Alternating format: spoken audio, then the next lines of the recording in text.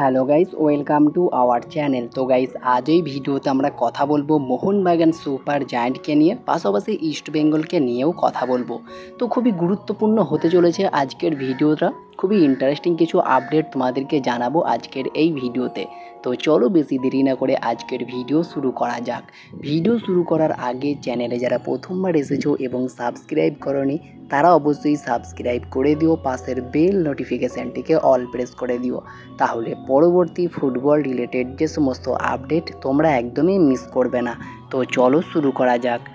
তো first of all যে আপডেটটা তোমাদেরকে জানাবো সেটা হচ্ছে ইস্ট বেঙ্গলের আপডেট, দিমিত্রিয়াস ডিয়ামান্টাকস। তো গতকালকের ভিডিওতে জানিয়েছিলাম ডিয়ামান্টাকস তিনি কিন্তু ভিসা পেয়ে গেছে, খুব দ্রুত কলকাতায় চলে আসবে।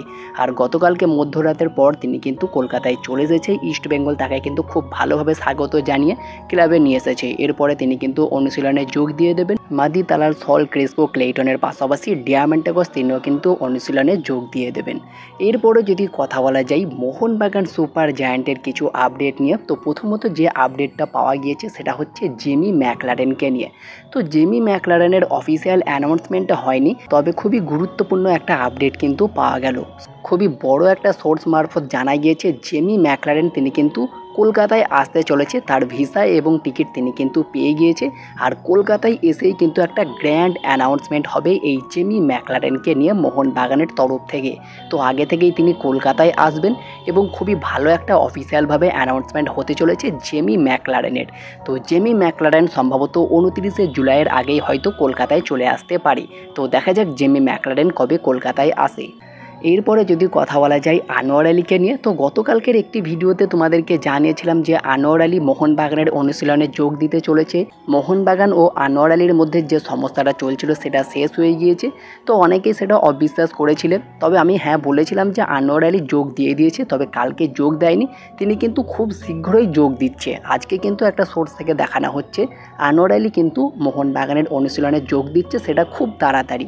তো বুঝতেই পারছো সেটা কিন্তু খুব একটা রং আপডেট ছিল না। আনোয়ার আলী কিন্তু মোহনবাগানে থাকছে, এটা তোমাদেরকে আমি জানিয়েছিলাম। তো আজকে আরও একবার জানিয়ে দিচ্ছি, আনোয়ার আলী মোহনবাগানে থাকছে কনফার্ম, এবং খুব দ্রুত তিনি অনুশীলনে যোগ দিতে চলেছে। পাশাপাশি একটা গুরুত্বপূর্ণ আপডেটও বেরিয়ে এসেছে মোহনবাগানকে নিয়ে, সেটা হচ্ছে প্রীতম কোটাল নাকি আবারও মোহনবাগানে ফিরতে চলেছে। আর প্রীতম কোটালকে নিয়ে যদি কথা বলা যায়, তিনি একজন 30 বছর বয়সী ইন্ডিয়ান রাইট ব্যাক। বর্তমান মার্কেট ভ্যালু 1.8 কোটি টাকা। বর্তমান সময়ে কেরালা ব্লাস্টার্স এফসির হয়ে খেলছেন তিনি, একসময় মোহনবাগানেও খেলে গিয়েছে। তো সেই প্রীতম কোটাল নাকি আবারও মোহনবাগানে ফিরতে চলেছে, একটা খুবই বড় রিমোট বেরিয়ে এসেছে। তো দেখা যাক মোহনবাগানে আবারও প্রীতম কোটাল ফিরে কিনা। তবে বর্তমান সময়ে কিন্তু রিমোট রয়েছে, আসলে কিন্তু খুব একটা অবাক হওয়ার কিছু থাকবে না। তো তোমরা পার্সোনালি কারা কারা দেখতে চাও যে প্রীতম কোটাল আবারও মোহনবাগানে ফিরে আসুক, অবশ্যই কমেন্টে জানিও।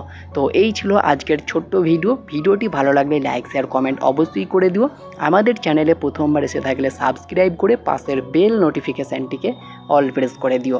তাহলে পরবর্তী ফুটবল রিলেটেড যে সমস্ত আপডেট তোমরা একদমই মিস করবে না। তো দেখা হচ্ছে পরবর্তী কোনো ভিডিওতে। Bye bye, have a good day.